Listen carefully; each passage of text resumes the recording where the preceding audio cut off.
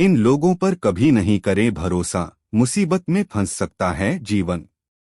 श्री कृष्ण की नीति बहुत कठोर मानी जाती है, लेकिन वो हमेशा जीवन की सच्चाई लिखा करते थे।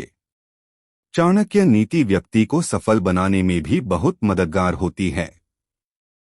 हर व्यक्ति को इन नीतियों को अपने जीवन में लागू करना चाहिए। श्री कृष्ण की नीति बहुत कठोर मानी जाती है, लेकिन वो हमेशा जीवन की सच्चाई लिखा करते थे। चाणक्य नीति व्यक्ति को सफल बनाने में भी बहुत मददगार होती है।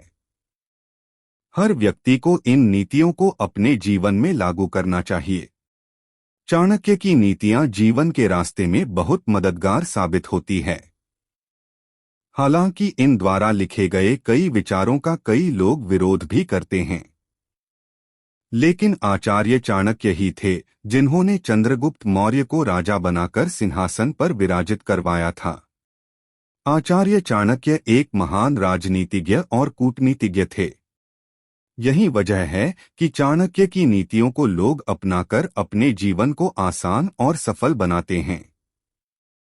श्री कृष्ण ने अपने नीति के जरिए बताया है कि अस्त्रधारी लोग, दुष्ट आचरण वाली स्त्री, ताकतवर लोग और नाखून और सींग वाले जानवर पर कभी भरोसा नहीं करना चाहिए।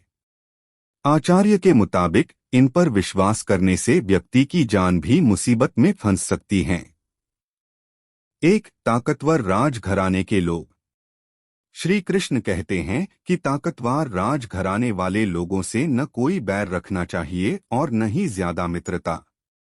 इस तरह के लोगों की दुश्मनी तो भारी पड़ती है, साथ ही अधिक मित्रता होना भी हानि पहुंचाता है। ऐसे लोग समय आने पर अपनी शक्ति दिखाते हुए आपका नुकसान कर सकते हैं, इसलिए ऐसे लोगों पर विश्वास नहीं करना चाहिए।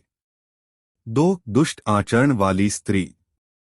श्री कृष्ण के मुताबिक दुष्ट आचरण वाली स्त्री पर कभी विश्वास नहीं करना चाहिए।